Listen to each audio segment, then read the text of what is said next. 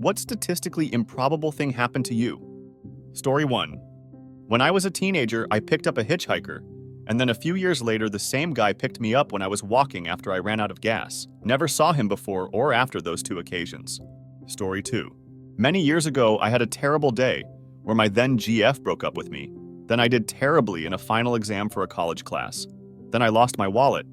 And finally, as I was doing the Charlie Brown sad walk back home, some random branch broke off a tree as I was walking on the sidewalk underneath it, and the damn thing fell on top of me and hit me square across the shoulder and knocked me to the ground.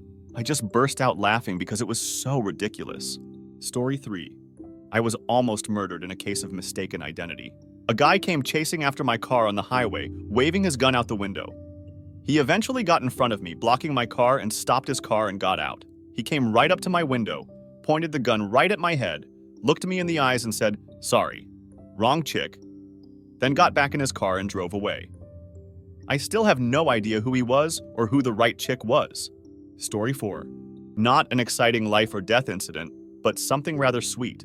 I took care of my late father for the final 2 years of his life. He had Alzheimer's and pulmonary fibrosis, among other issues, so we had a lot more bad days than good. In the summer of 2019, I took my dad out for a date one day to a historic old drugstore that has phenomenal milkshakes, one of his favorite foods in the world. It was one of Dad's increasingly rare good days, where he chatted merrily with me about all sorts of old memories. I felt like I had my dad's former self back for just a little while. We had such a wonderful time that I intended to take him there again soon. However, this ended up being our last date. For most of the remainder of that year, Dad declined too much, mentally and physically, for me to take him out for anything other than very short grocery trips or to appointments. The following year, enter the pandemic. It was a very, very rough year with Dad. In January of 2021, my father died alone in a hospital in another state. Our state ran out of hospital beds, and he had suffered a traumatic fall that required hospitalization. That day in 2019 ended up being the last truly happy day I had with my dad, and the last fun outing he ever got to experience. 3 months after my dad died, I met a wonderful man online. 9 days after signing up for a 1-year membership, because surely it's going to take time to find someone truly compatible with a shy nerd like me.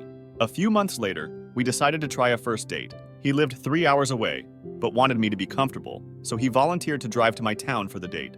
He looked online for an appealing restaurant to suggest, and excitedly told me about this really neat historic drugstore we could go to. We went on a very crowded day, local festival, oops, and had to wait quite a while for a table. The waitress sat us at the exact same table where I sat with my dad nearly 2 years earlier. I was even in the same seat. 3 months later, we got engaged at that drugstore. So the beginning of the end of one chapter of my life crossed paths with the beginning of the best, so far, chapters. My husband and I have since decided to make a trip back there at least once a year. Dad really would have loved my husband. Story 5. Husband and I visited our old hometown and went to a used bookstore we used to frequent. I picked up a familiar title in nostalgia and flipped it open to find a school student's ID card. The name and photo on the ID? My husband. Turns out his mom had donated books to that store many years before we all moved away from that area. He must have been using it as a bookmark and forgotten. It's not so surprising considering we used to live in that area, but the ID was nearly 10 years old by the time we found it. That book was sitting on the shelf for nearly a decade untouched, waiting for me to come along and pick it up. Bizarre. Story 6. Not me, but a friend. He was a merchant mariner, lived here in Virginia Beach. He was always calling and texting, posting pics from around the world. One time he'd been out a while, we knew he was heading to Dubai, but didn't know where he'd be after that. 4 months go by, nobody's heard from him. His neighbor, who I was friends with, gets married and goes to Thailand for his honeymoon. He texted me one day and said, "You aren't gonna believe this shit." He said he asked a local where a good local spot to eat was that tourists wouldn't be at. Guy takes him 30 minutes from the beach to some dive bar restaurant with no sign, no clearly marked entrance. He said it looked so shady, he was afraid he was about to be robbed and killed. He goes in, and it's a legitimate restaurant. He eats, drinks some beers, goes to the bathroom. Out walks my friend, so he took a pic and sent it to me to confirm he's okay. Imagine taking a flight several thousands of miles away, getting away from the tourist areas and going into a local dive bar and running into your fucking next door neighbor you haven't seen in months. Shit's wild. Riding my bicycle on a commercial fishing pier as a kid, I lost control and rode off the edge with a 20 drop to exposed rocks at low tide. I tried to stop myself going over by planting my feet on the edge of the pier, but I knew my bike was too heavy. Somehow the bike stopped, halfway over at a 45-degree angle. However, now the seat was in the small of my back, preventing me from getting off, and I couldn't budge it at all to get the bike back up. A fisherman finally ran over to help me, and we decided he would pull me as hard as he could, and I'd let the bike fall. I jumped to the side as he pulled me back to the pier, and it worked. However, my bike was still there, not moving at all. When I examined what had happened, there was a piece of rebar sticking out from the edge of the pier bent upwards in an L shape, and it passed diagonally through the spokes of my front tire and completely wedged my bike in place. It was the only spot on the 300-long pier with anything sticking out. I most certainly did not stop myself and my bike from going over. Story 7. Back in community college, people thought I was dead for half a day. I was supposed to meet a friend on campus to go eat. I was running late because my dad wanted me to do something before I left. I don't remember what. I get to campus and there's this fountain, the kind you can walk through or run about and avoid sprays of water. Around the whole fountain is a bunch of police tape.